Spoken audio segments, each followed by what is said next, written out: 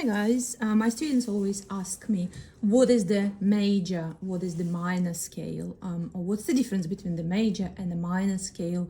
Why am I giving them the homework of the C major scale, and what does that mean? Or C minor scale, what does that mean? The answer is simple. Major means happy.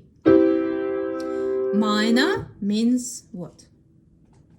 That's right, sad.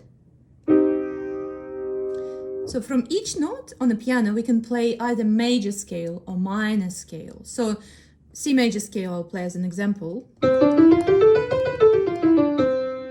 Happy. The C minor scale is sad. Technically, what changes is the step number 3. There is other changes, but the main changes are step 3 of each scale. So from C, we count 1, 2, 3. In major scale, this distance between first step and the third step is bigger than in the minor scale. So in the minor scale, we have E flat. In C major scale, we have just E. So the triad, the C major triad, the 3 main notes in C major are C, E, G. Makes it happy. Can you hear it? It's happy. Now, when you move the E to E flat, it instantly becomes sad.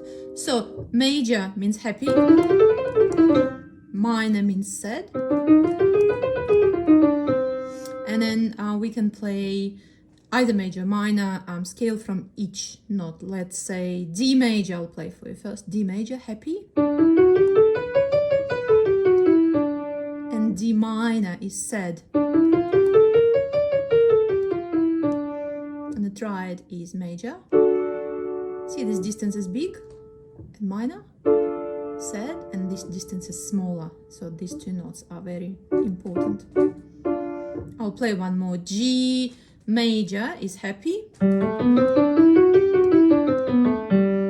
G minor is what? Sad.